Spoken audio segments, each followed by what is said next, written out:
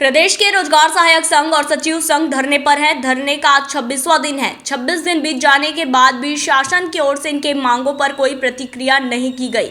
इसको देखते हुए इसके समर्थन में मनरेगा के सभी कर्मचारी भी शामिल हो गए हैं और अपनी साफ सुथरी मांगों को लेकर धरने पर बैठे हुए हैं। वही अलग अलग तरीकों से धरना दे रहे हैं, कभी भिक्षा मांग कर तो कभी भैंस के आगे बीन बजाकर और अब मुंडन होकर शासन से अपनी मांग की गुहार लगा रहे हैं।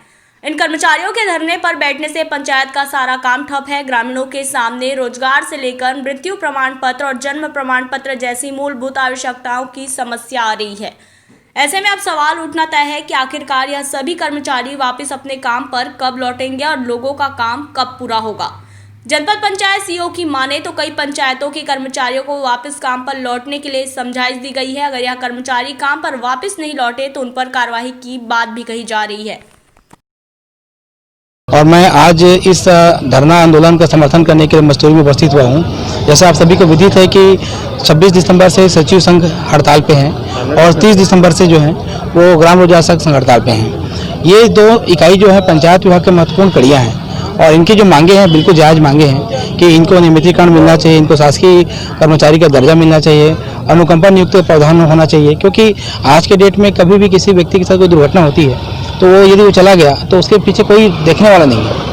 और जैसे हमारे रोजगार सहायक संघ के बंधु हैं, हम लोग खुद ही मनरेगा महासंघ के जो लोग हैं, ये सभी हम लोग अनियमित कर्मचारियों की श्रेणी में आते हैं। यदि हमारे साथ कोई ऊपर नीचे होता है, कोई बात आती है तो हमें सीधा नौकरी से बाहर कर दिया जाता है। तो हम दिन रात एक करके शासन के प्रति अपनी पूरी संवेदनाएं दे रहे हैं, पूरे समय दे रहे हैं, सब कुछ दे रहे हैं। और सबसे बड़ी बात कि हम काम करते करते एक समय के बाद हमारा एज बार क्रॉस हो जाता है, हम किसी भी अन्य कार्य के लिए या अन्य शासकीय सेवा के लिए एलिजिबल नहीं रहते। तो जब हम पूरा समर्पण जब शासन को दे रहे हैं तो हमारी शासन से इतनी अपेक्षा है कि रोजगार सहायकों का, मनरेगा के सभी साथियों का, कि हम सबको नियमितीकरण कर दिया जाए। ये हमारी महत्वपूर्ण मांग है।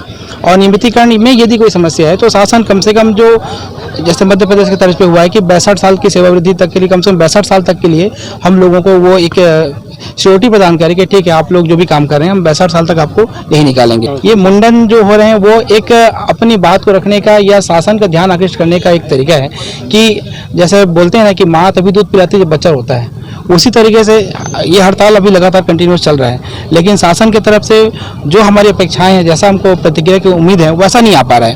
तो सभी जिलों में एक अलग अलग तरीके से कहीं मुंडन हो रहे हैं, कहीं रैली निकाला जा रहा है, कहीं भूख हड़ताल कर रहे हैं। सब अपनी तरफ से ये प्रयास कर रहे हैं कि किसी भी माध्यम से हम शासन को अपनी मांग का आकृष्ट करें और शासन हमारी मांग को सुने और सुन करके उसके बीच में एक विकल्प निकाल के हमारी मांग को पूरा करे। और यदि शासन इस पर पहल नहीं करेगी तो आंदोलन बहुत उग्र होगा।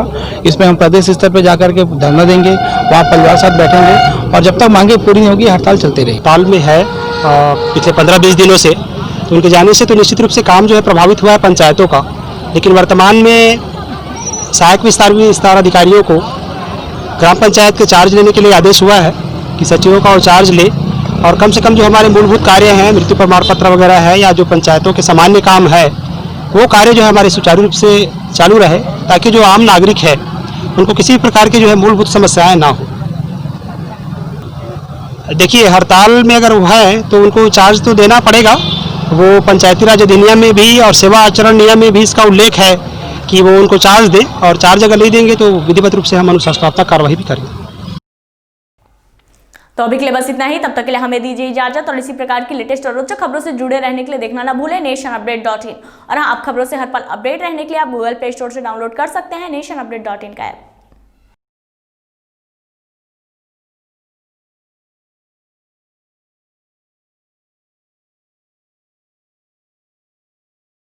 For more updates, subscribe to our YouTube channel nationupdate.in।